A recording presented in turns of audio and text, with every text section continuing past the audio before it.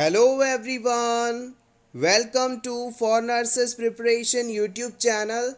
I'm Neeraj Kumar Kyathal. Today is 28 March 2022 and today's important MCQs for upcoming nursing exams are: first question. The adolescent boy daily requirement of carbohydrate is.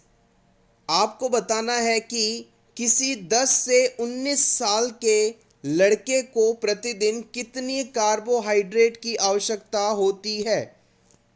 40 to 50% of total food, 45 to 65%, 50 to 65%, 55 to 65%.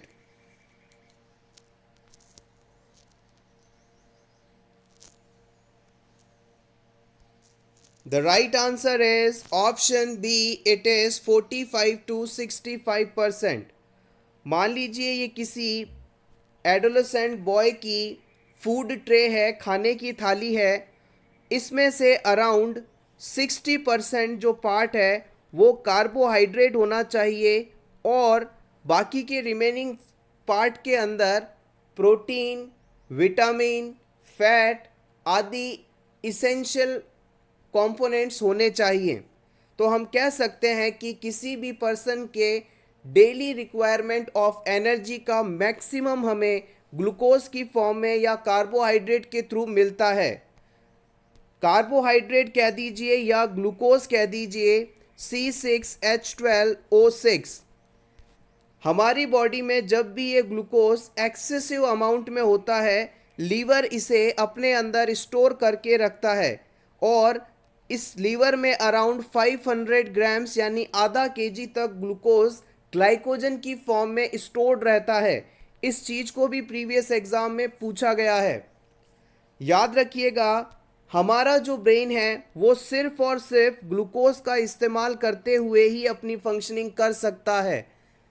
इसके लिए एक example मैं आपको देना चाहूँगा. जब भी आप अपना एग्ज़ाम देने जाएं तो उस दौरान एग्ज़ाम से पहले आप कोई ऐसी चीज़ या लिक्विड सब्सटेंट खा या पी कर जाएं जिससे आपकी बॉडी में ग्लूकोज की मात्रा कम ना हो. अगर आपकी बॉडी में ग्लूकोज पर्याप्त मात्रा में रहेगा तो एग्जामिनेशन के दौरान आपका दिमाग बहुत ही अच्छी परफॉर्मेंस देगा.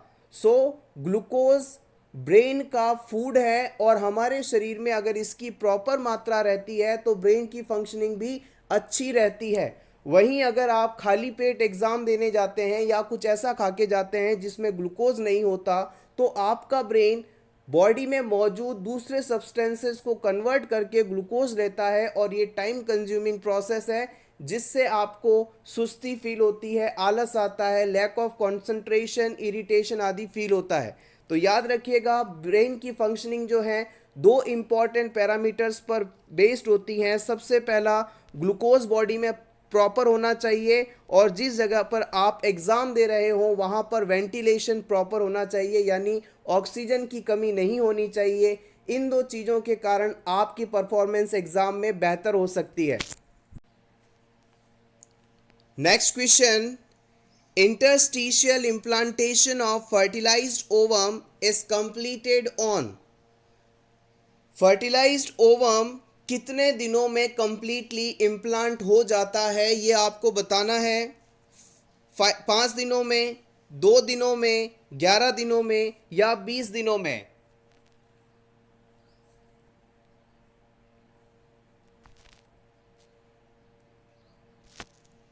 The right answer is option C. It is 11 day. आइए इस पूरे प्रोसेस को समझ लेते हैं. नॉर्मली किसी वुमेन में 28 डेज का मेंस्ट्रुअल साइकिल होता है. वैसे अगर रेंज में देखा जाए तो ये 28 से 35 डेज तक हो सकता है, लेकिन फिर भी हम most of the time 28 days का मेंस्ट्रुअल साइकिल मानकर चलते हैं.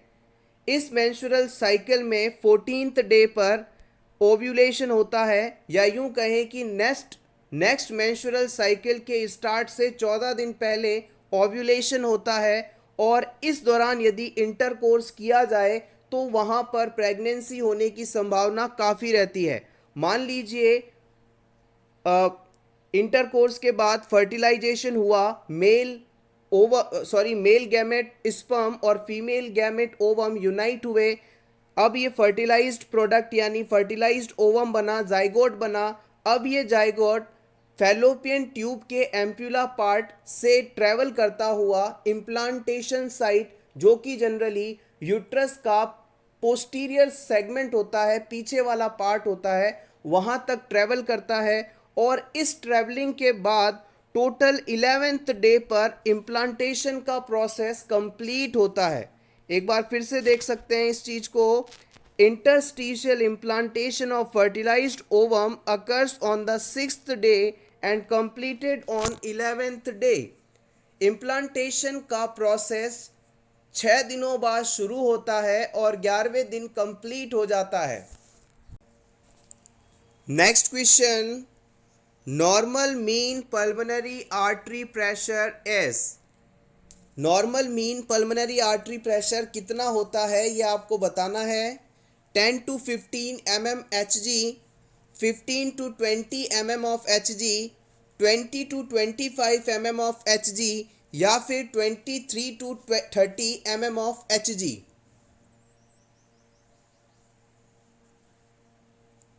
The right answer is option C. It is 20 to 25 mm of Hg। आइए इसके बारे में और जान लेते हैं कैसे इसे कैलकुलेट किया जाता है। Normal pulmonary artery pressure is 30/20 mm of Hg। Pulmonary artery का normal pressure 30/20 mm of Hg होता है। पल्मोनरी आर्टरीज हमारी बॉडी की एकमात्र ऐसी आर्टरी हैं जो कि डीऑक्सीजनेटेड ब्लड कैरी करती हैं, या यूं कहें कि हम राइट वेंट्रिकल से ब्लड को लेकर लंग्स तक पहुंचाने का काम करती हैं। और इस आर्टरी में यदि आप प्रेशर देखेंगे तो 30/20 mm of Hg होगा। अब आपको मीन ब्लड प्रेशर अगर निकालना है तो इसके लिए आप क्या कर सकते हैं, जो डायस्टोलिक ब्लड प्रेशर है उसे दुगना कर सकते हैं। यहाँ पर जो डायस्टोलिक ब्लड प्रेशर दिया गया है वो है 20 और इसको मल्टीप्लाई कर देंगे 2 से तो ये हो जाएगा डबल। और फिर इसके अंदर जो सिस्टोलिक ब्लड प्रेशर है यहाँ पर 30 दिया गया है, इसे ऐड करके 3 से अगर डिवाइड करते हैं तो जो आने वाली वैल्यू हमें मिलेगी वो मीन ब्लड प्रेशर के नाम से जानी जाती है। यहाँ पर ये सारी कैलकुलेशन की गई है और आप देख सकते हैं कि 70/30 mm of Hg is the mean arterial pressure. Next question, an elderly client is being admitted to same day surgery for cataract extraction. The client has several diamond rings. The nurse should explain the client that. एक ऐसा client hospital में admit हुआ है जिसमें cataract surgery होनी है और इस पेशेंट के पास बहुत सारी डायमंड रिंग्स हैं, यानी इसने बहुत सारी हीरो की अंगूठियां पहन रखी है। तो इस सिचुएशन में आप एज अ नर्स क्या कहेंगे इसे। Option 1, her rings will be taped before the surgery. इस पेशेंट की रिंग्स को हम टैप कर सकते हैं सर्जरी से पहले और सर्जरी के लिए भेज देंगे। या फिर she will sign a valuables envelope that will be placed in safe. इन सभी वैल्यूएबल चीज़ों को, अंगूठियों को हम एक लिफाफे में रख कर, एनवेलप में रख कर, उसकी काउंटिंग लिख कर, उस पर उनके सिग्नेचर लेकर उसे सेफ में रख देंगे और पेशेंट को सर्जरी के लिए भेज देंगे। या फिर nursing supervisor will hold on to the rings during the surgery. हमारा जो नर्सिंग सुपरवाइजर है, सीनियर नर्सिंग ऑफिसर है, वो इन सभी वैल्यूएबल थिंग्स को अपने पास रखेंगे और जैसे ही पेशेंट सर्जरी के बाद लौटेगा उसे ये सभी चीज़ें रिटर्न कर दी जाएंगी। कौन सा ऑप्शन यहाँ पर सही माना जाएगा इस पेशेंट के लिए। The right answer is option 2। देखिएगा इस क्वेश्चन का आंसर थोड़ा सा कॉन्ट्राडिक्टरी है, लेकिन ये आंसर वेरी करेगा अकॉर्डिंग टू हॉस्पिटल पॉलिसीज। अगर कुछ लिमिटेड अमाउंट में पर्सन ने ज्वेलरी या वैल्यूबल चीज़ें पहनी है और वो उसे अपने से दूर नहीं करना चाह रहा है, तो उस पर टेप लगाकर हम कई बार अलाउ कर देते हैं।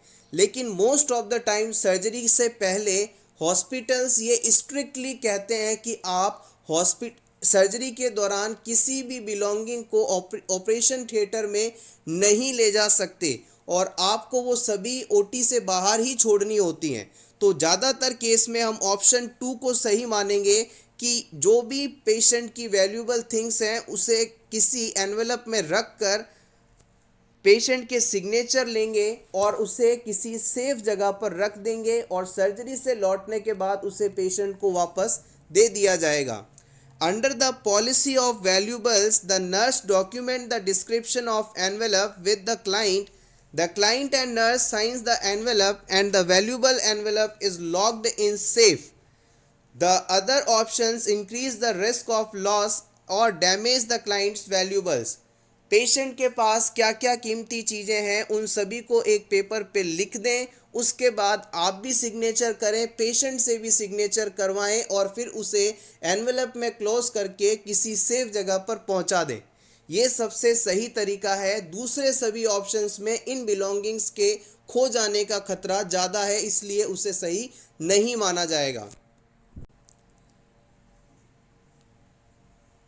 Next question, Salk vaccine is given for prevention of.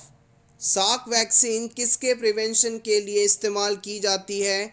Measles, polio, mums या rabies?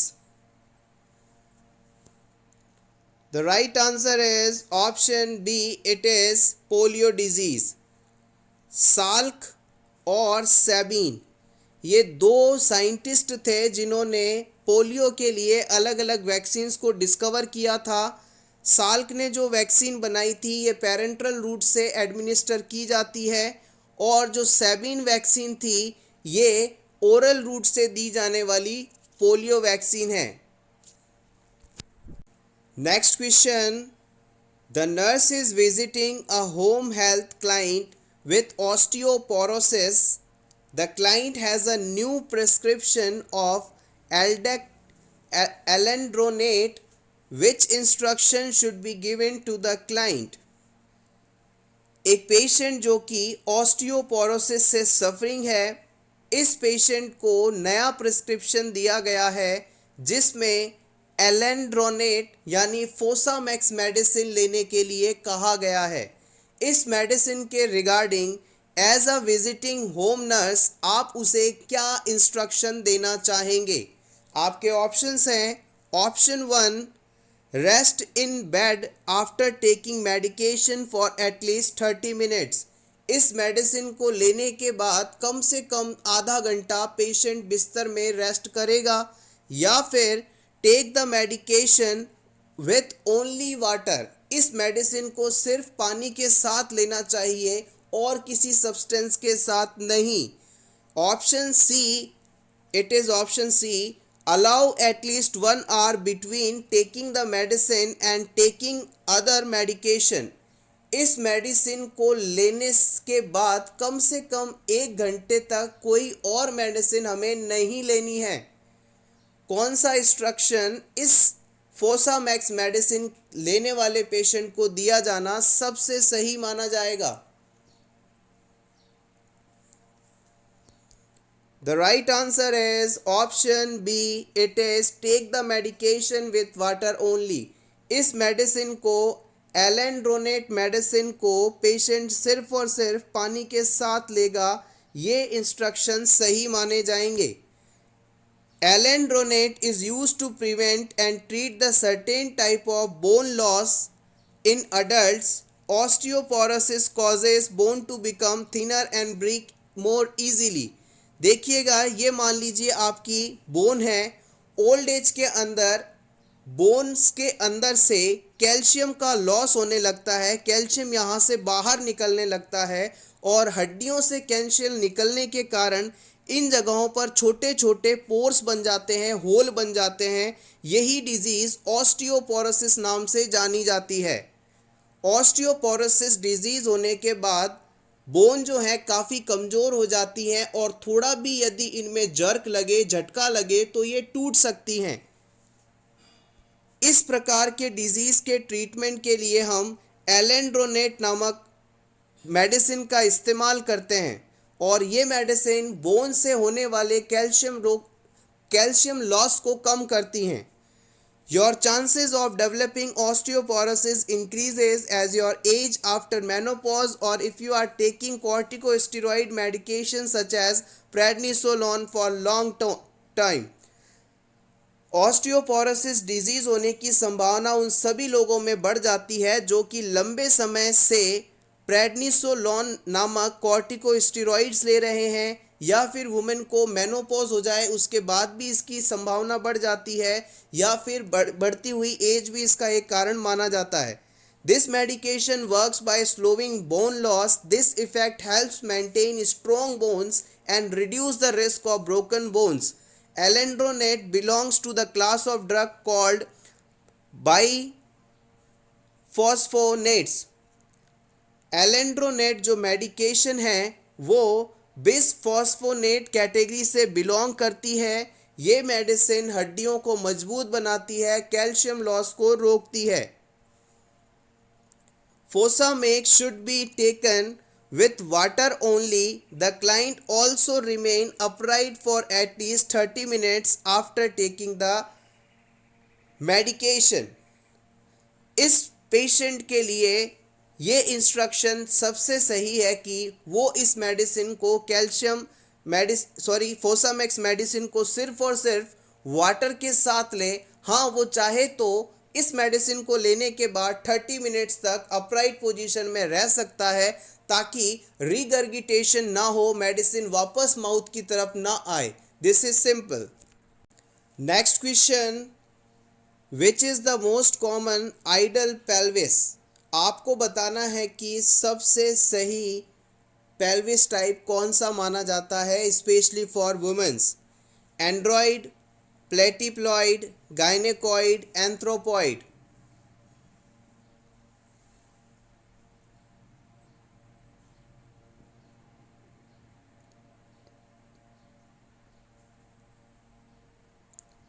Option C is the correct answer. Womens में आइडल पेल्विस के रूप में हम गायनेकॉइड पेल्विस को मानते हैं जो कि अराउंड 45% वुमेन्स में देखा जाता है। इस टाइप के पेल्विस में जो पेल्विस ब्रिम होती है वो राउंड शेप की होती है और इसी वजह से चाइल्ड बर्थ के दौरान बेबी इजीली डिलीवर हो पाता है। So option C is correct here. Next question, baroreceptors and prasoreceptors are located at। baroreceptors और prasoreceptors कहाँ पाए जाते हैं।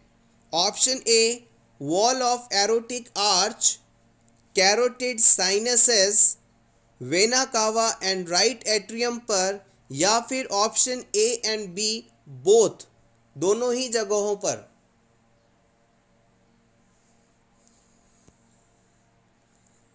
Correct answer, option D, A and B both. Let's see the rationale. Baroreceptors are specialized sensory nerve endings stimulated by the change in pressure. Baroreceptors are found in walls of carotid sinuses and aortic arch. आपके बैरो और Presso receptors जो हैं हमारे body में आने वाले pressure change को identify करते हैं और ये दोनों ही receptors walls of carotid sinus और एरोटिक आर्च पर पाए जाते हैं। Take screenshot for your revision. Next question, the nurse is planning care for a client who chews the finger constantly. Before applying mitten restraint, the nurse should try which of the following interventions. Select all that may apply. आप किसी ऐसे patient या client की care कर रहे हैं जो लगातार अपने उंगलियां चबाता रहता है, नाखून चबाता रहता है, च्यूज द फिंगर, और इस पेशेंट में मिटन स्ट्रेन अप्लाई करने से पहले आप कौन कौन सी इंटरवेंशन कर सकते हैं इसकी ये आदत छुड़ाने के लिए सभी ऑप्शंस जो अप्लाई आप कर सकते हैं उन्हें सेलेक्ट कीजिए।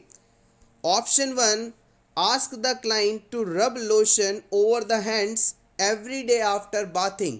हम इस पेशेंट से कहेंगे कि आप स्नान के बाद अपने फिंगर्स पर, अपने हैंड्स पर लोशन लगाएं। या फिर encourage physical activity such as ambulation. हम इस क्लाइंट को फिजिकल एक्टिविटी करने के लिए कहेंगे जैसे कि चलना फिरना आदि। या फिर provide frequent contact of communication and socialization. हम इस पेशेंट को लगातार कम्युनिकेशन और सोशलाइजेशन के लिए एनकरेज करेंगे।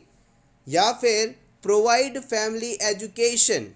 या फिर encourage involvement and family and friends. कौन से ऑप्शंस आपको लगता है कि इस पेशेंट में हेल्पफुल हो सकते हैं? The right answer is option 2, 3, 4 and 5. Let's see the rationale first. Socialization and communication in addition to increased activity are all means to aid in prevention of self-injury. Education of family members may foster development of strategies to prevent self-injury. Hence, the mitral restraint could be avoided. Applying lotion over the bathing may not be appropriate when the skin is broken and not intact. Patient को bathing के बाद lotion लगाने के लिए कहना यहाँ पर appropriate technique नहीं है। पेशेंट को लगातार सोशली एक्टिव करना, फिजिकली मूवमेंट के लिए एनकरेज करना, इन सभी चीज़ों के कारण हम उसके ध्यान को, फोकस को उस हैबिट से डाइवर्ट कर सकते हैं और ऐसा करने से वो अपने को सेल्फ इंजरी नहीं करेगा, यानी जो फिंगर्स हैं उसे च्यू नहीं करेगा, बाइट नहीं करेगा। So basically we are using diversion technique here. Next question, fracture occurs at the distal end of fibula. Fibula bone में होने वाला फ्रैक्चर किस नाम से जाना जाता है? Colles, oblique, Pott's fracture. Previous exam में इसे पूछा गया है, इंपॉर्टेंट है। The right answer is option C.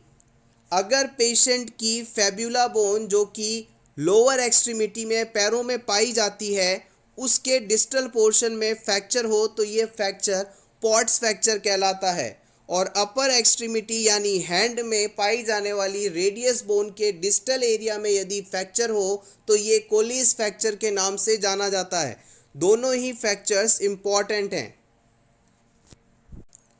Next question, how many times a day newborn generally need to feed. दिन में कितनी बार एक नवजात शिशु को फीडिंग करवाना चाहिए? 5 से 6 बार, 3 से 4 बार, 8 से 10 बार, 9 से 10 बार।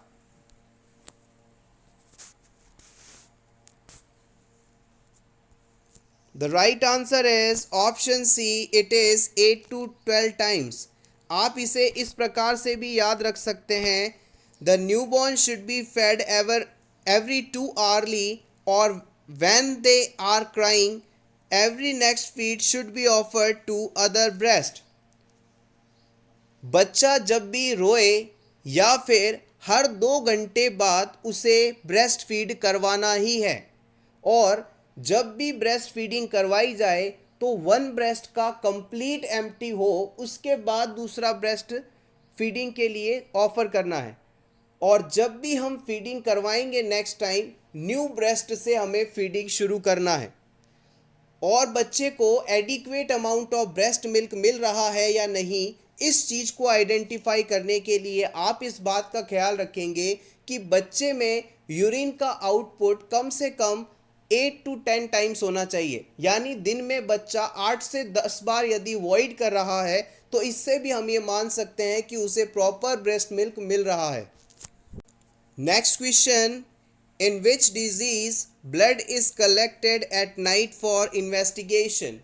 इन चारों ऑप्शंस में से किस डिजीज का सैंपल आप स्पेशली नाइट के समय लेते हैं, रात को कलेक्ट करते हैं? ऑप्शन ए लिम्फेटिक फाइलेरियासिस का, डेंगू का, जापानीज एंसेफेलाइटिस का, या फिर अकल्ट फाइलेरियासिस का।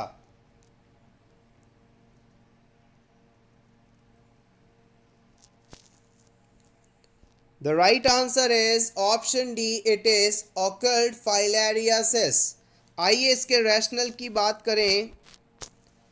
The microfilaria that cause lymphatic filariasis circulate in blood at night, called the nocturnal periodicity. ऐसे माइक्रो ऑर्गेनिज्म जो कि हमारी बॉडी में है और नाइट के समय एक्टिव होते हैं, मूवमेंट करते हैं, उससे इस घटना को हम नॉक्चुर्नल पीरियोडिसिटी के नाम से जानते हैं। और इस माइक्रो ऑर्गेनिज्म का एग्जाम्पल है लिम्फेटिक फाइलेरियासिस डिजीज का causative organism.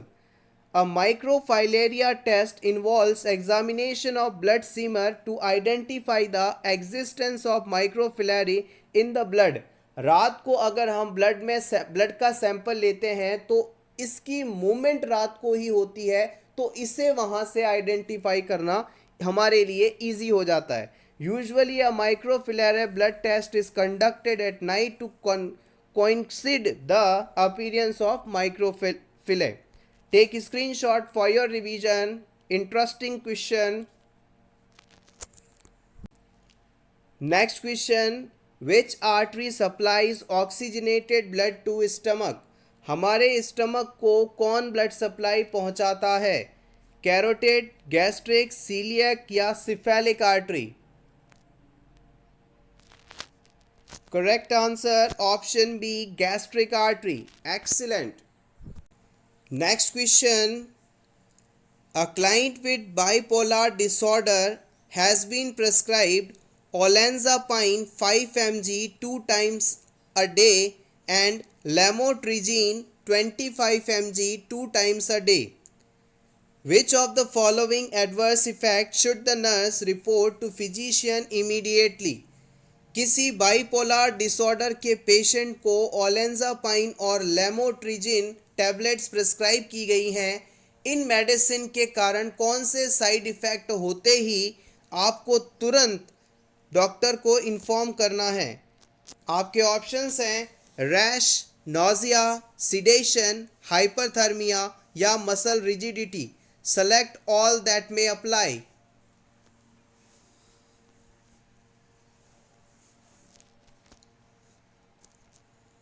The right answer is option 1, 4 and 5.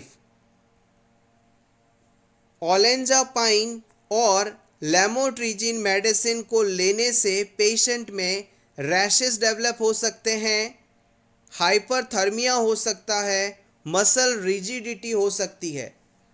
Rash का मतलब सिंपली है कि स्किन पर चकत्ते पड़ जाना, निशान पड़ जाना, छाले पड़ जाना कह सकते हैं। और मसल रिजिडिटी का मतलब है मसल्स में अकड़न का आना, मसल्स का प्रॉपर मूवमेंट ना कर पाना। आइए रैशनल को भी जान लेते हैं। Lamotrigine an anti epileptic is used as a mood stabilizer for client with bipolar disorder and has been found to be effective for depression phase of bipolar disorder. हम सभी इस बात को जानते हैं कि लेमोट्रिजिन जो मेडिसिन है बेसिकली एंटी एपिलेप्टिक मेडिसिन है, यानी कि जिन पेशेंट्स को लगातार मिर्गी आती है, सीजर्स आते हैं, उनमें इसका इस्तेमाल किया जाता है। लेकिन इस मेडिसिन का इस्तेमाल हम बाइपोलर डिजीज़ में जब पेशेंट को डिप्रेशन एपिसोड आते हैं तब भी दे सकते हैं। बाइपोलर डिसऑर्डर के बारे में आप जानते हैं कि पेशेंट में कुछ दिनों तक मेनिया रहेगा, फिर डिप्रेशन होगा, फिर मेनिया होगा, फिर डिप्रेशन होगा। तो बाइपोलर वाला पेशेंट जब डिप्रेसिव एपिसोड में हो, डिप्रेशन में हो, तो वहाँ पर हम उसे लेमोट्रिजिन टैबलेट दे सकते हैं। इस ड्रग का जो साइड इफ़ेक्ट है उनमें डिजीनेस यानी चक्कर आना, headache, sedation, trimmers, nausea, vomiting, ataxia आदि हैं. The development of rash need to be reported and evaluated by the physician because it could indicate the start of severe systematic rash known as Steve Johnson syndrome, a toxic epidermal necrolysis which would necessitate the discontinuation of lamotrigine. Very important point. Lamotrigine drug जिन patient को दी जाती है, अगर उनमें किसी भी प्रकार का स्किन रैश डेवलप होता है तो तुरंत फिजिशियन को बताना जरूरी है. हो सकता है ये स्टीवेंस जॉनसन सिंड्रोम की शुरुआत हो, क्योंकि इस सिंड्रोम के अंदर जो एपिडर्मल सेल्स का नेक्रोलाइसिस होता है, सेल्स में डेथ होने लगती है और इसके ट्रीटमेंट के लिए तुरंत हमें इस लेमोट्रिजिन टैबलेट को रोकना होता है.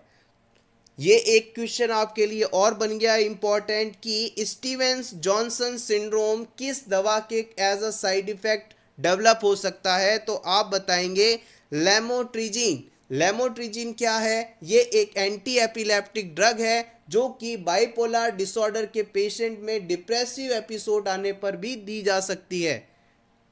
Take screenshot for your revision. Next, hyperthermia in conjugation with muscle rigidity suggests the development of neuroleptic malignant syndrome, a life-threatening complication associated with olanzapine. और जो ओलेंजेपाइन मेडिसिन है उसके कॉम्प्लिकेशन के रूप में न्यूरोलेप्टिक मैलिग्नेंट सिंड्रोम डेवलप हो सकता है. और ये जो एनएमएस है, ये इसकी शुरुआती सिम्टम के रूप में मसल रिजिडिटी और हाई बॉडी टेम्परेचर देखा जाता है. आप चाहें तो इस स्लाइड का स्क्रीनशॉट ले सकते हैं, इंपॉर्टेंट है. क्वेश्चन नंबर 16, डिस्टोशिया क्या होता है? Abortion, normal labour, abnormal labour या फिर सिजेरियन सेक्शन?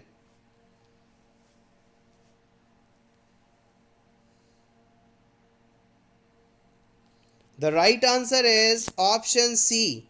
याद रखिएगा, डिस्टोशिया शब्द का मतलब होता है एबनॉर्मल लेबर, यानी नॉर्मल डिलीवरी का ना हो पाना.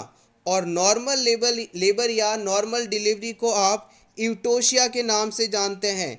इवटोशिया is a normal delivery and dystocia is a difficult delivery. Next question. The nurse is caring for a client with laryngeal cancer, which finding ascertained in health history would not be common for this diagnosis. एक patient जो कि laryngeal cancer से suffered है, इसमें कौन सी finding आपको नहीं देखने को मिलेगी normally? Foul breath, dysphagia, diarrhoea, chronic hiccups?